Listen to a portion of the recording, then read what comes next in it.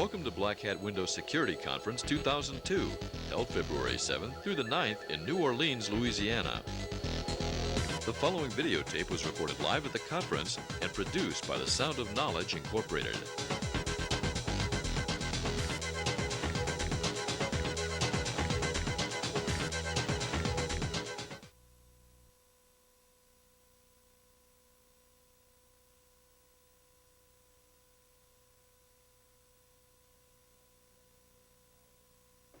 As to whether it goes 3 hours, kind of up to you guys, how much fun you're having, how much you need to head down to Bourbon Street, whatever. We can work it out. Okay, so the title of my speech is How to Fix a Broken Window. That was actually chosen by Ping, so I'm going to give her credit for that. It's not really all that fitting for the talk, however, so I broke it out into two other parts. The first part is going to be intranet penetration testing, basically discovering network negligence. And the second part is going to be strengthening Microsoft when root's not an option. So the second half is not nearly as detailed as the first half. The first half is really what I do for a living. It's my specialty. The second half is sort of something we'll kind of throw it out there, and hopefully people will get involved, and we'll talk about what some people have done successfully in the field.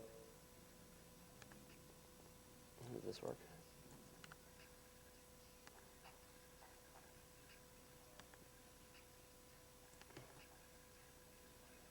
Nice. What? Thursday. Oh. No. You get started here. Okay, let me kill the tunes here. Okay, that's better. One last thing. Turn off my photos, my screensaver.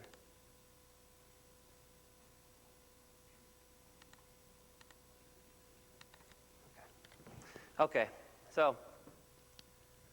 don't know if we're going to need this or not. So first I want to give you guys some background information about me, who I am, when did I start in security, where do I work, what do I do there, and why do you really care, and what's my inspiration for this. So, all right, who am I? I'm Erik Birkholz. I think you probably got that by now. Contrary to popular belief, I am 27 years old. I grew up in New Jersey, just outside of Philadelphia, and since then I live out in California. I have a computer science degree from Dickinson. You guys can read this stuff here, but I've worked in a whole bunch of different places. I started out with NCSA back in 1995 in college as an intern, and then moved on to the Big Five in New York City, and then got an opportunity to go work with guys like Erik Schultz and George Kurtz and Stu McClure and those guys at E&Y with the National Attack and Penetration Team.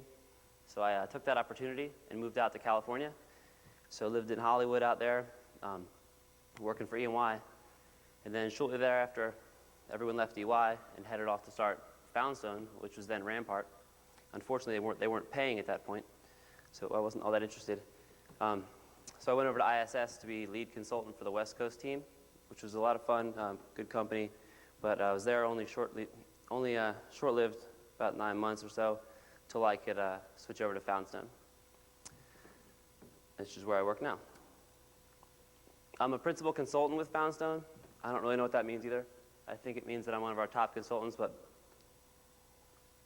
Foundstone Consulting is not really like that. It's we all work together as a team, kind of in a family. So I do intranet and internet penetration testing. Also do like some like router, firewall, architecture design stuff, and review. I teach our classes sometimes whenever they're in locations like New Orleans and Amsterdam, if I can. And I'm a contributing author for the 2000 Hacking Exposed book and the 3rd edition. I did actually have 2 pages in the second one, but it doesn't really count. Okay, so why do you care? You probably don't, but that's okay. And also, maybe you guys are trying to decide if you should run off the Halvars or Chips talk, which is also fine if you need to do that. So what's my inspiration here? This is directly off the website, but I kind of liked it. Kind of fun that Year 2000 basically was the year it got away. I mean, our comfort zones crumbled. Think about it. Code Red got into people's networks. NIMDA just crushed everyone. And physical security, I mean, 9/11 was real. Everyone thought they had these great security mechanisms in place, and then all of a sudden we realized, well, maybe these weren't working as well as we thought they were. So as an industry, basically we fell victim to attacks that really could have been avoided. I mean, people could have gone through their internal networks and turned off web servers and done things that would have mitigated a lot of these attacks that went through and really ripped up a lot of companies. So the gist of this is that at this point, management, I think we have management's attention. They want answers. They don't want this to happen again. My friend's company was down for 2 days, a big company, a loan company, actually down for 2 days. So the management types really often don't care why. They just don't want it to happen again. So really the gist of this is that if you have a responsibility for the security of your networks without the authority to do anything about it, it's definitely a recipe for disaster, and you will fail. I kind of always was thinking this would be kind of funny if someone actually typed this here on their internal network, someone like domain admin. But really, if you don't empower your security teams, there's no chance that you're going to have secure networks. And certainly if you don't even have a security team, you need to think about that. So basically, I do internal penetration testing a lot, and it's almost frustrating at times to see how many places I walk into that I just end out owning based on no passwords or terrible passwords. It's something that should be avoided. I know we always said that outside of security, outside perimeters are hard and crunchy, but then the inside it's nice and soft and chewy, kind of like that soft shell stuff we used to eat when we were little. But I don't think that's acceptable anymore. I think it was proven now at this point. We need to do something about it.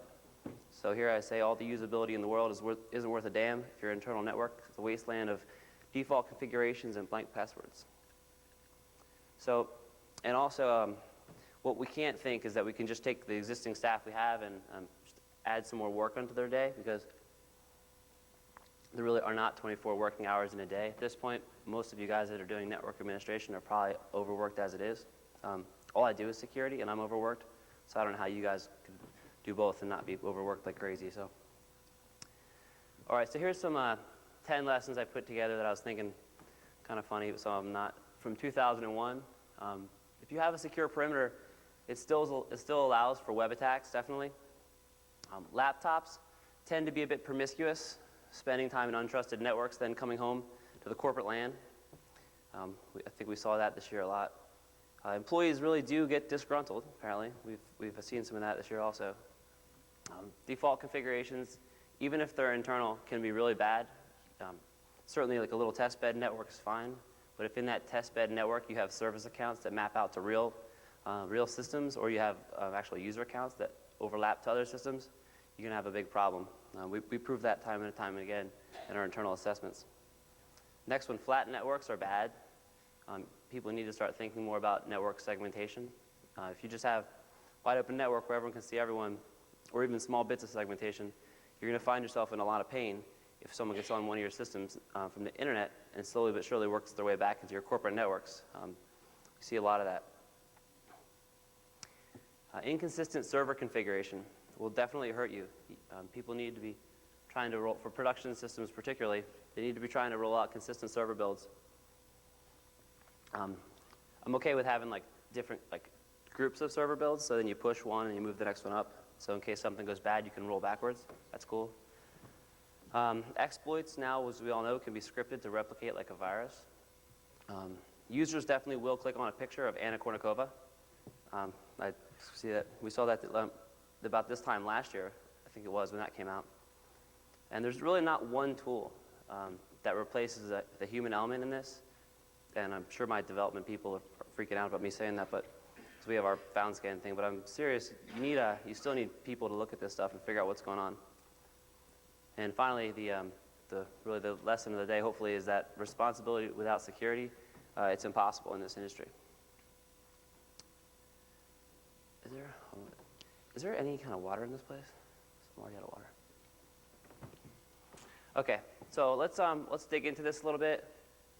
I'm gonna switch back and forth and show you some stuff, and then and talk about stuff also.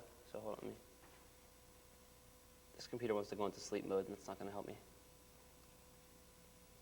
Power.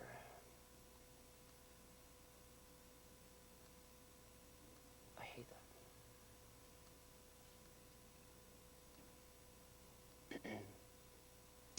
Okay, there we go. I hate these lights. If you guys want to ask questions along the way, or yell and throw stuff and whatever, feel free. Actually, I would much rather have some interaction than just kind of talk at you guys, which is why I can't stand these lights, because I can't see your faces. All right, so for internal penetration, there's really two kind of scenarios here, at least at first. There is the internal security team that's going to, that's a requirement, I think. And then there's also the concept of having a third party come in. I listed some of the people who do this. People over at Guardant do this kind of work. ISS obviously does it. EI, Ernst & Young. Yeah. Thanks, man. Okay. So there's lots of companies out there that are doing this kind of thing. The other scenario is the internal security team. Are you going to be able to go for like a pure security team? Are you that big of a company that you can actually do a straight pure security team? Or are you going to have to figure some kind of way out to leverage your current IT staff into this? When it comes to third-party assessments, I want to make sure, just a couple things I want to throw out there. Be very selective in who you bring in, especially if you're the one responsible, solely responsible for the decision. Because if you bring someone in and something bad happens, it doesn't look very good. I can tell you that for sure. I got called into a job when I was at ISS, and another company had been in there, and it turned out that while they were doing their internal penetration test, they were also doing some other external penetration testing against a few other companies. But what they didn't realize was that there was multiple layers of IDS, and it was picking up. They had it tracking specifically on the IP pool these guys were sitting in. So it was actually pulling all their traffic down. So they actually pulled us in for a full engagement, like forensics-wise, to figure out what they had hit. So that was pretty ugly. And it actually, the person who brought them in got in a bit of trouble too. So there was this whole big thing. So make sure you're very selective. Some of the things that you should ask, because we get asked frequently, what's your current methodology? And I would ask to see it. If it doesn't seem updated, and if they don't actually even have methodologies really, more than like a circle with arrows saying assess, implement, blah, blah, blah. Like, if there's not actually like steps specific to operating systems and techniques, that kind of stuff, I would maybe look further. Someone that's established in the security community. The previous slide, I meant all those people are definitely established, I'd say. Someone that provides report samples for you, because you want to know. I mean, if you're going to spend, whatever thousands of dollars, what 50,000 and up, go as high as you want. But make sure that you're going to, at the end of the day, what they're going to hand you is going to be worth that money, because if they come in, they do all their work, and we own this, we own that, but they don't provide you with a report with structured action items and things that really can be broken down into strategic and tactical findings that can be worked on and solved, then I think you really didn't get your money's worth. And certainly if they just dump all the raw data on you and hand you some results, some scans, and like, here you go, here's what we found, I don't think that's appropriate either. So I would find that out ahead of time so there's no gotchas at the end. Also, something people ask us a lot when we send our reports out, they're like, is this going to be the team we're actually going to get? And I can tell you that we'll put on ours, we'll put a handful of people, and we'll say, well, you'll definitely get people from this team. I'm not sure that you'll get these. You're not going to get all of them. It's not that big of a team. But like out of these 6, you'll get 3 of them. So make sure that you get some kind of guarantee as to who's going to be on who is going to be actually on site, so they don't pull the bait and switch move on you, where they throw the 3 principal consultants and you end out with 2 associate consultants. I would also make sure you look over the biographies pretty well, and certainly ask about felonies and that kind of thing, if they have policies for that. Okay. Also, you want to be with someone who provides reputable references for previous work.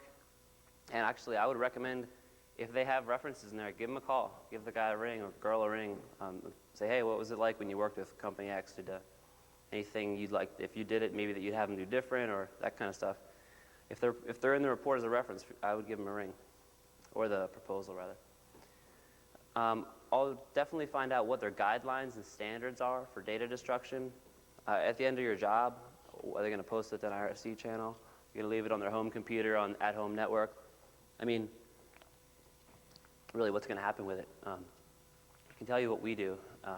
After the job's over, we take the information off our boxes from each of the people. We encrypt it using PGP, then we burn it down to CDs, and we store it in a locked safe, and then we wipe the systems of that data, our systems. And of course, we put the report in there too. So that's the way we do it. That's not to say it's the best way. It's just the way we've chosen. But certainly, if they're just going to leave your data on there and keep it around for their own edification or whatever, I would question that a little bit. Make sure that you pick a company that will consider your company important, because if you pick some huge company, like maybe a Big Five, and you're a little company, you may not get the attention you want. So I would sort of like gauge it. I guess, for example, one of our referenceable clients is Microsoft. It's a referenceable client of ours. And obviously, we will treat them like gold. I mean, we're 100 people working for them. That's like about the greatest thing for us ever. So if it was the other way around, maybe though, it wouldn't be such. They would be, Little Foundstone's only, 100 people. We're a million people or whatever. So it's not such a big deal. So I would try to kind of gauge it that way. Make sure that you're important to them. And I think the last one is going to be that someone who will actually help teach you how to fish, rather than just come in there and say, hey, you're owned, you're vulnerable, whatever. And here's the current vuln we got you with. Rather, they'll actually come in and kind of help work with you. Certainly, if clients want to come on site with us, come on site when we're doing the external stuff, we're fine with it. It's always kind of fun when the clients come on site and we actually do the work with us. Okay. I would say you probably wanted to keep talking about external teams come in and then internal teams. Well, my stance is kind of this, and I'm not totally sure this is Foundstone's stance, but this is my personal one, that it's sort of like going to the dentist's office. You go to the dentist's office maybe twice a year, something like that. Say you go to the dentist's office twice a year, but you should definitely brush your teeth every single day, at least once. I hope most of you do. Probably twice a day would be good. Well, kind of think of it like that. Like, you need to have the internal teams doing what they do and really doing their work, and then basically bring in a company, maybe twice a year, once a year, depends on your business needs. But to come in and basically verify that what they're doing, hey, get the plaque off and kind of verify and give them a checkup that you guys are doing the right things, and hopefully teach you some stuff. So until you see them next time, you have new little tricks and things to try. I'm okay with this one, saying this, and I'm probably going to get in trouble for it, but I think you should use multiple vendors. If you're bringing 2 people in a year, bring in Guardant once, bring in us once, something like that, or at stake. I mean, I wouldn't necessarily bring in the same company every single time. I have your don't pass data between vendors. I've had clients when I was on site offer me to give me the report from the other company that was on site and all their data. I didn't accept it. I don't think I was really all that excited about them offering my data off to the next person who came in. So that's sort of like a professional courtesy that you wouldn't do that. And it probably is illegal at some level. I'm not sure what our proposals say, but each assessment should also be independent of the previous. Don't give them any information, any leads. If you want them to come in and it's truly an independent assessment, then let it be that. If it's a specified, like host review, this and that, well, it's different. I would also recommend that you request all the raw data in addition to the reports, just because, if you guys know what you're doing, you understand a lot of this stuff, you want to have the data so you can go back and verify and say, hey, look, this is what they did. And it's also interesting if they don't have like screenshots of everything that went down, and you don't see like a storyline of what really happened. Okay, so let's get back to the thought of the internal security team. Anybody out here actually have internal security teams? Oh, okay. Actually, just yell, because I can't even see you. Okay. Can we turn them down at all, the lights? Or you won't be able to see me on the camera? All right. Okay. I have a little question. You said don't pass data between vendors. Can you explain that a little bit more? Why? Yeah, that was more like, I had it in quotes just because it was kind of just like a personal rant. What I was saying was that one client, they offered me the report from another person. I mean, I think as far as our proposals say that when we're delivering you this, and you're not supposed to be like distributing it out and around. So I'm not sure about that part of it, but I just kind of felt like really uncomfortable when this person was like, hey, here's all the information, the work these guys did, and here's just all the information.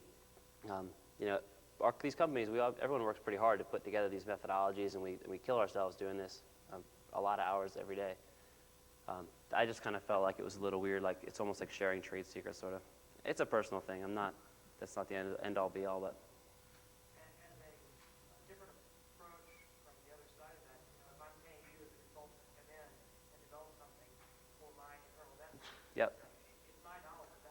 Oh, I agree with the development thing, yeah. But I'm just saying like that you would give all of the output of our exact report to somebody else, one of our competitors. I mean, share it all around your company, and I mean, your subdivisions and that kind of thing. But giving it directly to our competitors is kind of a little bit harsh. Tell them to buy the book if they want to know. Go ahead, over there. I just wanted to follow up on that. You don't want to share information based on Yeah, that's right. So, yeah, I think it would definitely. Must be fun on your side of the. I've never been on your side of the fence really, where I've never been a network administrator. I've always done security since college, but I think it would be really fun to bring in one team, and then like 2 weeks later bring in another team, and see all the differences. So apparently people have done that with us, but I don't remember what we really found out, what the differences were. But that seems like it'd be kind of fun. Okay, so back to the internal security teams. Do people out here have internal security teams? Yeah, people, anyone, hands? Yes? Okay. Are those pure security teams, or are they actually like a little bit of both? Is it like a pure like security only role? Oh, cool, okay. These next couple of slides here are a little bit, I don't really know. I mean, I don't work on your side of the industry, but this is sort of in my theoretical mind what I would imagine would be the best thing here. And when I've certainly worked with companies that have this, it's been really good. So in a really small company, I don't know, is your company small, large? Large. Yeah, I think in a small company, saying that you're going to have an actual full-on security team would be difficult. But in a large corporation, like the Global 2000 or 1000, whatever it is types, they can definitely afford it, and they should have internal security teams doing this kind of testing if their data is valuable enough to warrant it, which I would assume it is. And the last one was just kind of funny. I mean, can these two teams peacefully coexist, which would be like an IT staff and then a security staff? So I made a little Visio thing just to prove the point that if in my little world, I would want it to be two separate things, like a director of security and then the director of IT. This is totally vague here, but the idea being that like the director of security does not report up to the director of IT, so they're a dotted line to each other. I think it would just knock down some of the walls that I have seen when we've been on site with people working. Because once again, it's back to the thing. If you have the responsibility but not the authority to get things done, you're probably going to fail. Okay, so from here on out, let's just consider that we're doing just an internal assessment, whether it's a company or it's an internal team, whatever. All right, this is stuff you already know, and I just put it in here so you guys will have it in the slides. One note about the slides, they're the ones you have in your book it's like not even all of them at all. But I'm going to put these will be up on the website, so you'll be able to grab them. I apologize, they weren't ready at the time of printing, so. Okay, basically, the gist of this one here is just talking about the differences in a Microsoft network, things that we go after when we're attacking. Obviously, the highest tier thing we're going to go for would be a domain controller in a Microsoft network, because we get that if we own the domain controller. Pretty good chance we own everything in that domain. If not, other domains due to password reuse. If we can't get something like that, we'll continue onward towards actually just straight application servers, and hopefully get you guys on an application vulnerability, and then maybe use some kind of LSA secrets technique, which I'll show you, to get to own the domain. Finally, member servers, actually just going after like workstations and servers that like backup servers, test stations. A lot of times we'll actually be able to get information once again based on people running services in the context of a domain account that will allow us to escalate up to the backup to attack the domain controllers. So sort of we'd be cycling down from domain controllers to application servers to member servers just to get back up to the domain controllers. So, like I said, these are just ones for you guys to read. And then, of course, a little bit of a separate thing is critical application servers. If you guys said specifically, we want you to attack our HR system, that's a whole other little deal. So, okay, just a couple more little boring parts, and then we'll get to stuff that'll be more fun, I promise. Okay, before you begin, obviously, everyone's heard the weird war stories about internal teams, or people getting fired for not having the right authorization, and they're fired for running loft crack or something like that. So just be careful what you do and get the right signatures and approvals so you don't get yourself in that situation. Okay, make sure that you have definitely gathered contact and emergency information when you're doing these sort of jobs, because if you blow something up, which if you've been doing penetration testing for any amount of time, you've definitely blown something up at some point. I would recommend that you be as honest as possible and contact them as quickly as possible and help tell them exactly what you did. Give as much information as you can, because certainly if you don't and they find out, I think it's a lack of integrity on your part. We had a kind of a funny story here. Probably shouldn't tell you this one, but I'll tell you anyway. We were doing a job at one of my companies, and this was I believe it was a big bank. Not like huge bank, but definitely a big enough bank that it wasn't pretty. And one of our new people had just gotten on a box with a Unicode exploit. So they were on the Unicode exploit, on the Unicode box, and they had escalated privileges, so they were they were at system level, and they were executing commands using command asp.asp, thing Maceo wrote, which I'll show you. Well, everything was going all right until I turned my head and I wasn't watching them for like a second. I was project manager. I turned my head for a second, and I turned my head back, and the person had tried to delete. They did a delete. What was it? They did delete star.exe space. Then they put the path. Like I don't know. Like it was like it was like 2 in the morning. We've been working a long time. So instead of deleting all the exes they put in the inetpub scripts directory, like they thought they did, they deleted all the exes in System32.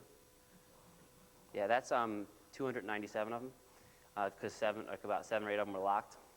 So at that point, we freaked out for a second, and then did directory listing, and sure enough, there was no executables in there. But luckily, we had taken a screenshot of what was in System32. We had it, not a screenshot, but we had dumped it down to text. So I actually had to call the CIO at 2 in the morning, page him, and tell him what had happened. He had to make his guy drive into the co-location facility to get on the box. And they tried to walk up and Control-Delete wouldn't work, nothing, because there's nothing there to make it work. LSS is gone. So we're figuring out what to do, and our best technique was to build a box just like theirs, copy the files up, and build our own little Unicode uploader script and push all the files back in. So that's what we did. We made a little script at 10 at a time. We could push our files up to there, so pushed them up 10 at a time. Everything we looked at, made sure we had them all. Of course, there's definitely some differences due to, service packs and things installed. But the person it's now about 4 in the morning or so. So the person's there with us. They hit Control-Delete. It actually worked. It really worked. So, or just like get your data off immediately. Just get everything off and just pull the box. So the moral of the story is that the CIO talked to my VP later, and he couldn't believe that actually we even told him. He said there's hundreds and hundreds of web servers that crash all the time. He's like, we would have never known if the box just went down blue screen that you guys did it. He's like, but it really proved a lot that you guys actually came forward and admitted it and stayed there till ungodly hours of the morning to fix it. So just a little thing that you should keep in mind, that kind of stuff, when things go wrong.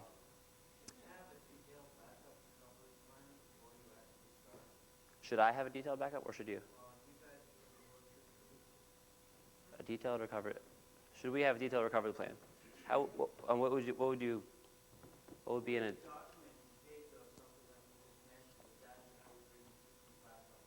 Well, there's no way, because you can't ever. If I could anticipate how we were going to kill a box, then we wouldn't be killing the boxes, unfortunately. So it just happens sometimes due to weird configurations on systems. I know other companies may say, no, it never happens to us. If it happens to us, it happens to everybody. It just does. It's the nature of the game. But the trick is to document everything you're doing so well along the way with screenshots and with grabbing, taking the text from your command windows. So if something bad does happen, you can say, look, this is exactly what we did. So I don't know. That didn't really answer your question, but I don't think that we could possibly put together a document that would summarize anything to do in any situation, rather than just keep your integrity intact and be honest about what happened and work with them to fix it. It doesn't happen very much, but when it does, it always hurts.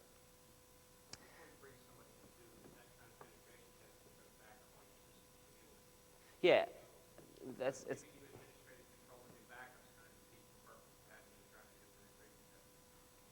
Well, we didn't have administrative control to do backups. We had the box due to a web exploit and at system level, so we could push our own files. Oh, yeah. That's true.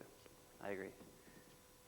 I would also try to find out if they have things going on, like sometimes the right hand's not talking, doesn't know what the left hand's doing kind of thing, and they'll bring you in to do a security audit at the same time that they're doing a critical rollout of a new application. This happens sometimes.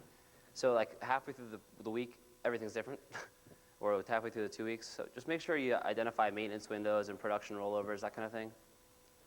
I would agree on documentation, like do they want screenshots in the report, do they want a summarized level report, whatever. Just make sure that everyone's clear on what they're getting, including if you're doing this internally, because you should probably be saying, okay, we're going to go after this domain, and then we're going to find everything we can about it, and then give them a report. So I think internal teams should be doing reporting also. Okay, we're almost there. Okay, so what defines success? You need to identify what are the trophies you guys are going after, what are the goals. Some companies want systems tagged. If we get on it, they want us to like put something in certain directories to prove we have, or whatever they want it to do, or whatever you decide is right. Just make sure that everyone agrees on that. Sometimes people want just identification of vulnerabilities rather than exploitation. That's fine. I mean, what I'm going to talk to you about here, by the time we get to the point where we're going to exploit it anyway, it's not a huge difference whether we take it to the next level. This sort of kills you, though, when you're trying to take a lot of low-risk vulnerabilities and string them together to build some kind of high-risk thing. That's a little bit tough to do with the identification thing. So create timelines. Definitely, you need to know when you're going into it how much time you have to do the work. And finally, is it an active assessment? When I say this, I just know this is something new to me. Even before I was at Foundstone, we never really did this. But now that we have FoundScan, we have every single day we get results of a full scan of the whole entire network. So we'll get new results every single day. Well, frequently what we're finding now is like on the second to last day of engagements or like some other day, we're finding all of a sudden new boxes are popping up in networks. And we've actually been able to, at least on 2 of my jobs recently, since I've been using FoundScan, we've been able to own the network, or at least get into production network due to vulnerabilities in the new systems that popped up. And I hate to admit it, but I probably wouldn't have gone back and scanned the whole entire network again and again and kept doing full comparisons of all my results because I would never get anything done. So you needed to kind of discuss, is it a point in time thing or is it an active assessment throughout? Because if it turns out that box comes up on Thursday and the engagement's done Friday and they get hacked Friday on that box, and you say, hey, well, point in time, we started Monday, took all our scans, and we went from there. Because you might not have found it by Friday when you're just starting to tie everything up. Okay, some of the things that are probably out of scope, but definitely not out of scope for hackers. Reading people's email to try to get passwords. Attacking workstations to gain network credentials. Attacking administrative workstations, like actually going after CTO's boxes, going after secretaries' boxes to get to the CEO's information. We've all heard these kind of horror stories. Actually searching through text files and Word docs on workstations. Is that okay? I don't know. It depends on the job, but I don't think it would be out of scope for anyone who is trying to do anything malicious. One thing that I would do probably, though, and I still do, is I would search for text files and doc files on production systems, however, because I think anything in production would be fair game like that. Anyone ever do that kind of stuff? Do like a dir star.txt /s on a production box? See if you find any text files? No? Does anyone leave any text files in their production boxes? Like that would be good. And people do. We found router configs, password file information, documentation as to how you configure the application with default passwords and stuff in there. So keep your eyes peeled for that kind of stuff. Sniffing traffic. I really don't do a lot of traffic sniffing anymore. I don't know why. Well, with the sniff network thing, we'd have to first defeat that to do the sniffing. But I don't find us doing sniffing a lot. I remember people when I'd hang out with the Unix teams a lot, they would do it on Solaris boxes at my old company. They would always put like soul sniff on there and snarf all the passwords down. So sniffing traffic's not necessarily a bad thing or a good thing. Unless you get someone's confidential personal information in there by accident. That's the only thing that's kind of gray about that. Keystroke loggers. We don't really do keystroke loggers unless the client specifically asks for us to do it. Because if I get on one of your boxes and I put a keystroke logger on it, it's just a matter of time. I will get what I'm looking for in the keystroke logger. I'd rather just make it clear to the client that that situation does exist. If I own your box, I could do it. Intentional denial of service, certainly that bad guys would do it, and we wouldn't do it intentionally, that's for sure. Okay, so internal versus external. What are like the major differences, I would say, between an internal assessment and an external pen test? A lot of times you have less, if any, access controls as compared to the outside. You should have, there should be, theoretically, lots of access controls. Sometimes there's not, but there should be. You have a much better chance of finding test systems on the inside, for sure. And certainly there's the whole trust relationship thing that you can go after a lot, which we do. Okay. All right, this is where I'm going to try to sit down. All right, so this is kind of a really high-level like methodology, kind of look at internal penetration testing. So the first one we're going to talk about is going to be footprinting, going to host identification, then service identification, then service enumeration, host enumeration, then talk about network mapping for really, really short, and then HSV scans. And then the fun part is vulnerability mapping, exploitation.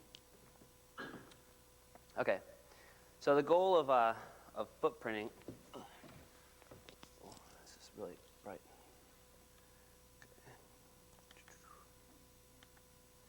Oh, I'm going to try to get this set so you guys can actually see this.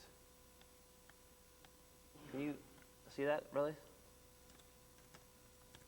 Can you see what I'm typing on? Can anyone not see what I'm typing? Too small. Okay. How big should I make this thing? That one? 22 to 4. That one? Bold fonts?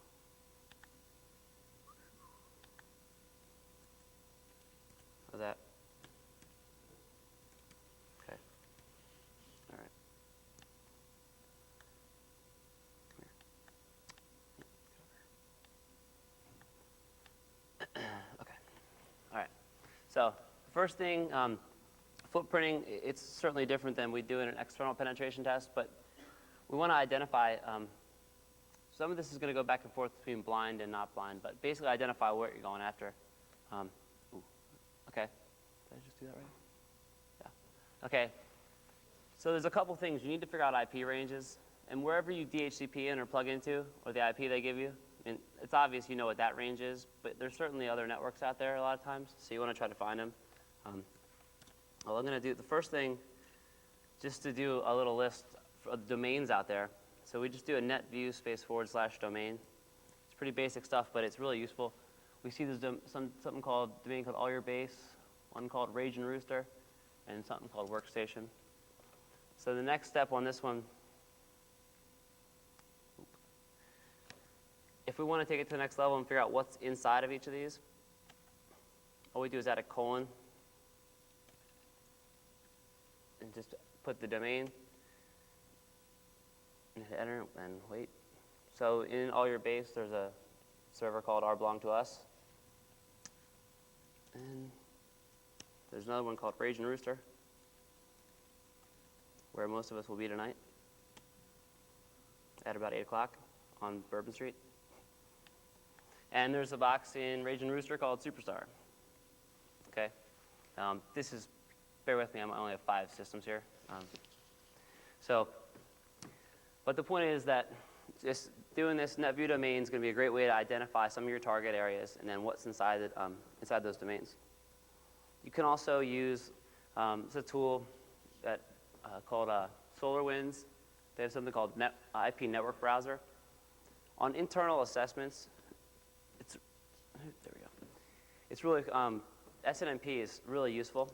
You just grab a huge range, go for like a class B or whatever, and fire off some network browser here and figure out, just put public, private, secret, community, throw a bunch of strings in there and see what you get. But as soon as you start to hit a few of them, then you'll be able to open up the one tab called TCP/IP networks, and then you can also open up the ARP tables and routes, and you'll probably be able to identify other networks pretty easily doing this. That's one of the techniques I use. So it's tools from SolarWinds.net. It's free for 30 days. After that, it's expensive. But but it's free for 30 days per computer. So take that as you will. Okay, so DNS, of course, if you can find a DNS server, which you should be able to find in your in your IP config/all, figure out where their DNS servers are. Maybe you can pull off a zone transfer. That's a pretty nice way. We've had that work out. Nice way to list out every single IP that DNS server knows about. That's a good way to do it. And then, of course, there's the standard old ICMP ping sweep. I was writing these slides, and I was thinking, I'm like, what else am I missing? And I ping sweep. Like, I haven't done a ping sweep in so long, but like, it's still out there, and it works definitely. So don't forget about the oldies but goodies. So a footprint, we're basically identifying what we're looking at, domains and ranges. And then we're going to take it to the next step. We had this big unknown quantity now. We're going to mush it down a little bit. And those of you who took Ultimate Hacking class with me Monday and Tuesday know I'd love to talk about like taking everything really big and smushing it down and down and down. So we're going to take it and keep moving this towards digestible chunks that people can understand and really accomplish. So the next one is host identification. Well, what am I talking about here? It's pretty simple. All I want to know is in these ranges that we're looking at, are there hosts? Exactly where are these hosts? Are they responding or are they not? Nothing more, nothing less. It's like a yes or a no. You can do this with ICMP, of course, and you can do it also with TCP. You can use something like fscan or insert port scanner here, whatever you want, and have it just look for 5 or 6 well-known TCP ports and set it to not ping first. So it'll run through the range looking for port 80 and port 139. And you can add anything that comes back on that level, you can add to your list of now alive hosts. So we'll be able to have an accurate list of what's actually alive. You can see that over here in my little mini network. KOTC, which is my box, and R belong to us, and Superstar. So that's, I think this is one. Yeah, so we got Superstar, and this is R belong to us, and this is mine. So you got the idea. We have to identify hosts. Okay, and this is what I just showed you. I got a little ahead of myself. I was getting all excited to show you that all your base domain. But netview/domain:domain will tell you the members of inside a domain. Anyone know how to, once we have a domain, how to identify what the domain controller is? No? Anyone? Yep, that'll work. The way I do it,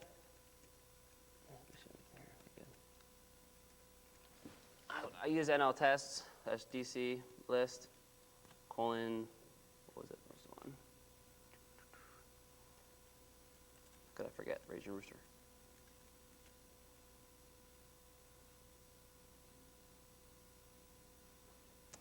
Okay, that didn't work out as well as I wanted it to. Oh, that's because, I know why, because I can't see it. All right. NLTest/DC list, domain you're looking for will tell you the domain controllers. The problem at this point is I have this box here with dual NICs blocking these guys off, and the domain controller's over here. So I'm thinking that's the problem. That's what I get for trying to show you something, not in the slides.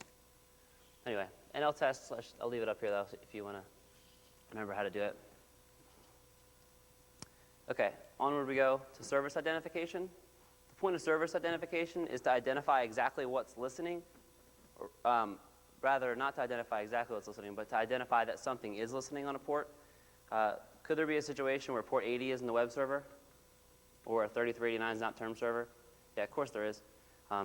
It's definitely possible. So all we're trying to do here is figure out exactly what ports are running on what IP addresses. Nothing more, nice and simple. The tool of choice for myself, although I would use others, it would be fscan. In this case, I'm just doing ports 1 through 1024 and a couple other ones. Somewhere in here you should be doing, at least certainly on an external pen test, but maybe not on an internal, full port scans on the alive hosts too, if you can, if time permits. This is going to involve UDP and TCP, obviously. So, okay, don't forget about source port scans. I don't know how familiar people here are with source port scans, but that's supposed to be a -I. I'm not sure if that is an I or not, but just pretend it is if it's not. I'm thinking it's not an I because that's an I. So fscan-I will allow you to bind your scan to a local given port. So instead of scanning above instead of having your destination port be above 1024, your new destination will be I mean, your new source port rather will be like, say you set it to 20 or to 53 or to 88. Anyone know why? What would source port scanning with a source port of 20 maybe buy us sometimes if we have access control list sitting in between us and another, like a finance domain or network rather? Anybody? What FTP? Say they had the router that was sitting in between the other network and ours. What? Yeah, excuse me, sometimes people won't set them up properly, and we've seen this. And I think the problem was they didn't use the established keyword, so they had to allow the FTP traffic back in. They set a rule that anything with a source port coming in at 20, because that's how when FTP comes back, it has a source port of 20, and then it goes to a port above 1023. So to allow that back through on like a older, I guess, well, no, older routers more specifically, you have to allow that traffic through. Well, if we source port scan with a source port of 20, we can actually make the router think that we're just good old traffic coming right through the other end of an FTP connection. That happens a lot. Not a lot, but when it happens, it's really fun. And I'll tell you a really cool story about that, actually. We were at a client. We had only been, I apologize to those of you that were in Monday because you already heard this, but we were on a really big client, and we'd only been given 7 IPs out of some ungodly amount of real IPs they have. It's sort of like this test they were giving us to see if we could really get in. So we did our scans and everything, and got a lot of 80s and 443s. Not a lot, 7 of each, as it turned out. So then we started doing source port scanning, and sure enough, just like I said, when we did a source port scan at 20, we had new ports on 2 boxes. We had a 1433 and 3389 listening on one box, and the same thing on another box. And we tried it again with port 53 as our source port, and that was allowed through also. I think the problem with the 53 was I think what they did was they thought you needed TCP 53 for DNS resolution, which really isn't true. You need that just for zone transfers. So we now had 2 nice ways into these servers on ports above 1024, I guess. So what we first did was we used port redirection. I'm gonna show you that in a little while. We used port redirection to set up a listener on our local box that would take all traffic passed to it and send it into their network with a source port now, a modified source port of 20, and then connect to the SQL server on the other side. So we set it up. We basically make a SQL connect to our own box, which then pushes it through to that box, right through, no problem. The router's like, come on in, FTP traffic. You're welcome to come in anytime. So we connect to the box, and well, what's the first thing we try on the SQL server to log in? Yeah, and because the box wasn't on the internet, as far as they were told very clearly, it didn't, box was on the internet, so none of their scans picked it up, and they didn't really realize. So sure enough, SA no password, boom, we're on. So the first thing, I was all excited because there was terminal server also. I love terminal server, so I set up the other connection with port 53 to the term server. So now we're ready to go. All we need is a user account, right? An admin account? Well, we got the SQL connection as SA no password, so what do? XP command shell, net user Erik, some kind of password /add, net local group administrators Erik, add. Head over to the terminal server, log in. We're admin. We're through the router. We're currently FTP traffic and we're DNS traffic, but we're on the box as admin, and then the rest of it was history because, like usual, once you're on the inside, especially with a nice, pretty GUI on the inside, I mean, we had it all working at that point. And we were able to actually use LSA dump by Todd Sabin, which we'll talk a little more about, but to dump out all the service accounts, which actually, unfortunately for the client, were running, one of them was a domain admin context, so we now had the password in clear text for the domain, which was our next step. Of course, own the domain and then, forget it from there. So anyway, speaking of that, actually, Tim Mullen, I don't know if most of you know who that is, Thor, a buddy of mine, over dinner the other night, I was begging him to write me this tool, so hopefully he'll write it soon and it'll be on maybe his website next week. But what the tool is going to do is it's going to take a range. First, it's just going to be one host, but he's going to switch it. So it'll take a range of IP addresses, and it's going to scan hosts, and what it's going to do is dump out what service accounts that are anything that's running other than local system. It's going to dump those out for you for a range of IPs. So I don't know how many of you guys have really done a lot of LSA dump 2 attack stuff, but the greatest thing about that is it just dumps the passwords out of the registry in clear text for any accounts that are running, service accounts that are running in other contexts other than local system. So this little tool is going to scan a whole range and tell you exactly what service accounts are in each box. So then you know at this point what boxes you want to go after. It's really cool stuff. So I'm thanking him publicly right now for writing that tool for me, or for everyone in the industry. Well, it's going to be really cool if it works. It's going to be posted on hammerofgod.com as soon as it's done and tested and all stuff, that kind of stuff. Yeah, hammerofgod.com, Tim Mullins deal. Okay, service, excuse me, service enumeration. This is, now that we have all these IP addresses and we have all these little numbers that are running on them, we want to figure out exactly what's actually running there. So my little example here, I used fscan, and I apologize for using fscan so much, but it's just kind of habit. I used the -B option for grab banners. We used to just always use netcat and netcat to every port. That's really annoying. So the -B option works pretty well to get the information you want. And the information that I wanted here was particularly like port 80. We can see that IIS5 banner right there. And same thing with FTP. We have the version 5.0. So we pretty much know at this point that we have a 2000 box running here, most likely.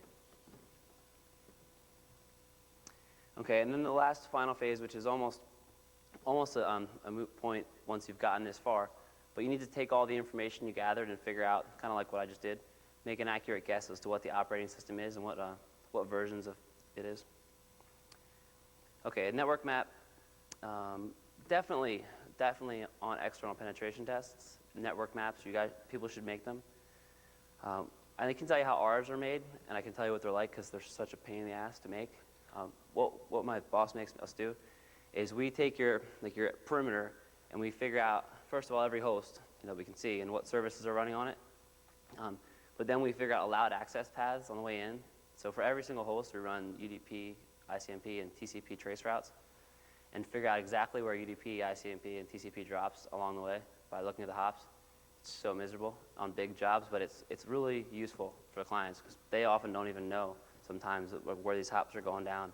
Of course, you can't be 100% accurate always, but you can usually get pretty close. Sometimes there'll be some spots where there's a cloud in there. We don't really know what's happening, but we know it's happening through there. So on the internal network, unless you have real network segmentation, it's probably not such a big deal. Although it might make sense to draw like a domain map and try to figure out and map out trust relationships and where you found service accounts that reference to other domains, because that would be useful for the client to help fix that kind of stuff. Okay, HSV scans. HSV, high severity vulnerability. I think Joel and I a couple nights ago decided that low-hanging fruit, we didn't like that anymore, just because it makes it sound like what we're doing is really easy. And while it's not necessarily all that hard sometimes, we don't need to make it sound that way. So high severity vulnerability, I think, sounds better than LHF. I mean, in our industry, we all know what we're doing, but when you tell some management person it's a low-hanging fruit vulnerability, they're like, eh. So HSV, LHF, whichever you like. But the next step here is talking about basically running across your network looking for the really, really easy stuff. And the really, really easy stuff is frequently all it takes to win the game in an internal penetration test. I would love it sometime if I went on an internal penetration test and they had done all these things when I got there. So then I would actually have to go to the next level. But unfortunately, you frequently get yourself so bogged down just in this phase that you often don't even get to really go to the next level. I used to say when I worked at the Big Five, we have to go in and we have to ask for we have to get a copy of your PW dump output from your domain controllers, and then we take all your admins and run it and crack it and see how long it takes to crack the passwords and that kind of stuff for the accounts. That was one of the little host review sort of weird things we did. Well, I always wanted so bad when I walked in for one of the domain admins to just be like, when I walked in, be like, here's the password file. Your engagement is only 2 weeks long, so good luck. You're not going to crack any of our admins or domain admins. I kind of always wanted them to be like that sure of what their systems were set up as. Unfortunately, it never happened. But it would definitely be cool that you would know, at least I know we do it at Foundstone, anyone who's like admin or domain admin on some particular systems, we know how long those passwords take to crack, and we have them. They have to actually be reset. You know, it's like say 30 days. We know they take over 30 days to crack because we've tried. Then they have to get a new password in before that. So even if someone did get the password file by some crazy technique, then they wouldn't be useful to them because they wouldn't crack in the time that they would change. So I know that's pretty tough to implement, and I'm not saying that that's necessarily the solution to the password problem, but it's a solution that we use. So okay, so what are the main things? And we're at a Microsoft conference, so I'm going to stay at Microsoft here. The main things that we see, and I'm sure you guys see also, NetBIOS weak passwords. I mean, that's, yeah, I think Erik Schultz will attest to this.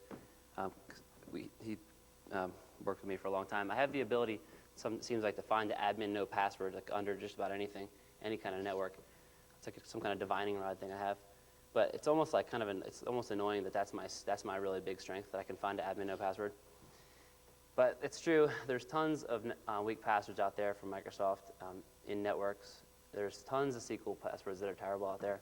And there's, of course, web vulnerabilities. And a lot of people are running web servers and SQL servers when they really don't need to be on the inside. Someone was telling me last night, I think it was Chip Andrews was chatting with me about talking about how when you install some Microsoft Developer Studio, MSDN or something, I don't know. Basically, when you install this programmer thing that all programmers use, it installs an instance of SQL Server in your box. Which one is it? Studio? Yeah. So we were talking about it, and I'm thinking, okay, so now all the people at my company that have the most valuable data that we have SQL Server running on their boxes with SA no password, unless they changed it. And they probably didn't, or at least a few of them probably didn't. So that's kind of freaky that that SQL Server with SA no password could be running on your development workstations, your dev guys. So you should definitely be looking across your networks for these kind of things and informing people, not in a bad way. Certainly, I would expect that you're going to get a lot of pushback doing internal assessments because some people don't want to be told these kind of things, but I think now more than ever we have a little bit of more fuel than before with the whole NIMDA code red stuff. So I'm hoping that changes will start to get made. Of course, the web vulnerability thing. Okay, so NetBIOS, yep, weak passwords. You want to just go out, scan the network for 139s and 445s, and then just start trying to break into them. There's some tools to do this, and I'm actually gonna walk through some more of these, and then we'll just sit down and start showing you some stuff, some tools.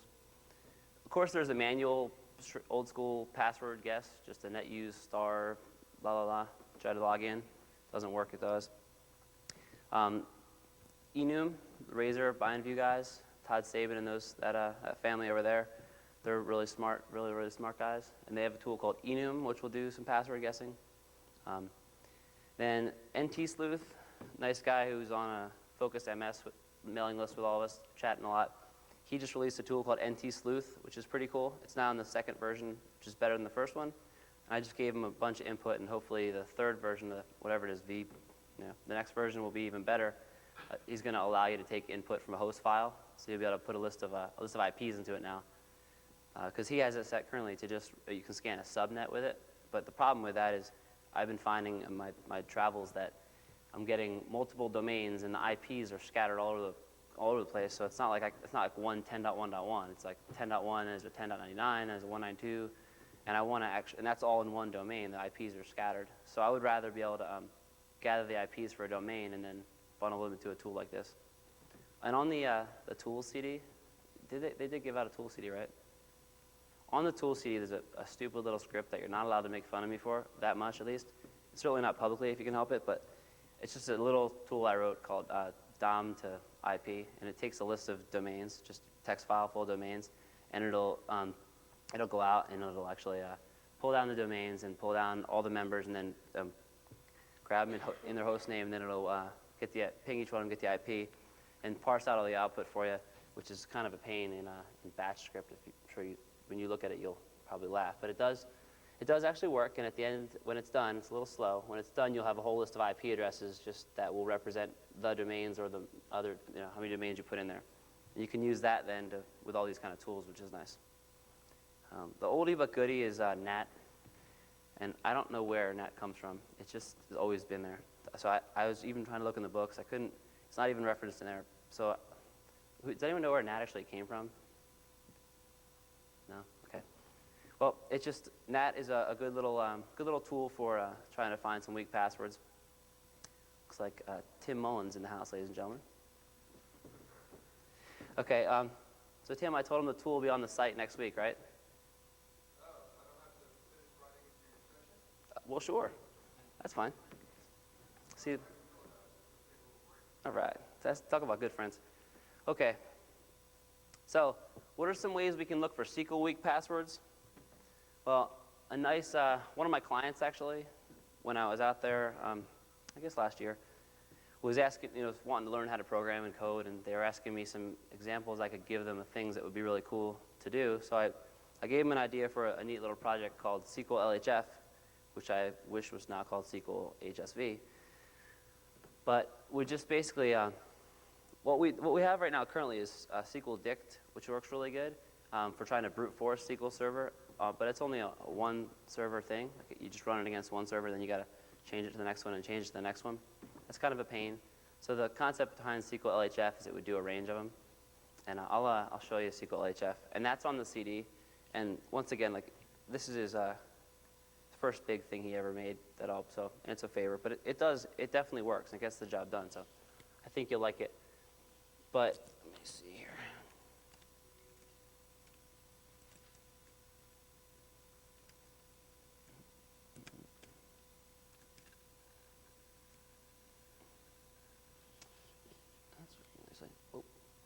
It's a little bit big on the font here, but anyway.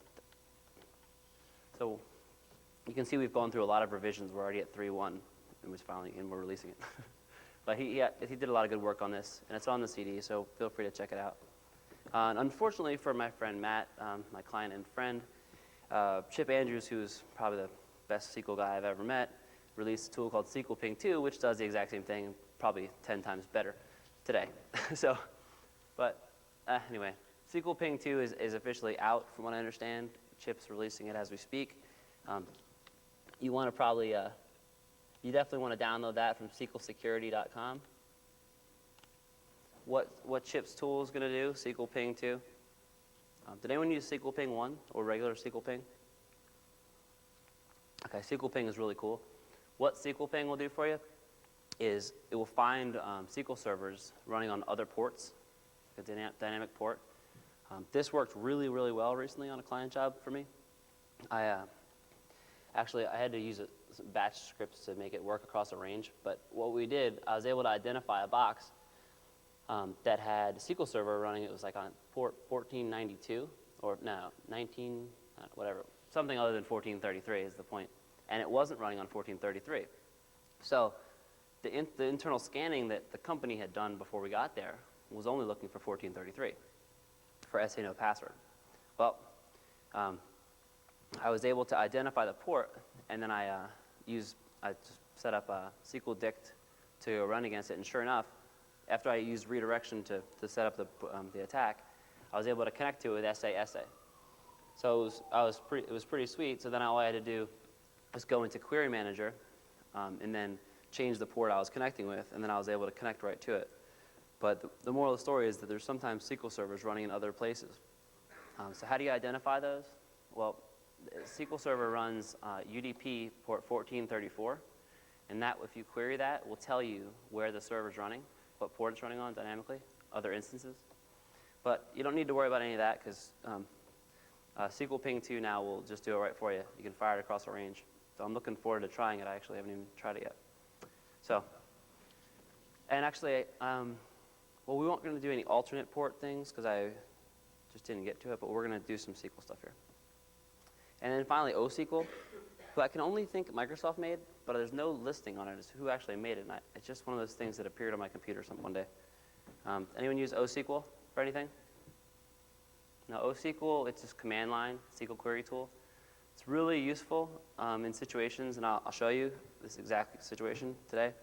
When we're gonna get onto this box here, and there's a SQL server over here. Well, we need to, we're only gonna be command line, so we're gonna need a way to try to attack this SQL server over here. So that's gonna involve us pushing OSQL over here, and then executing commands using OSQL to get to this database here. It's cool stuff. You'll definitely like it, I think. What are we doing on time? Okay. What time's the break? Is it? Oh. Perfect. Let's, how long's the break? Okay.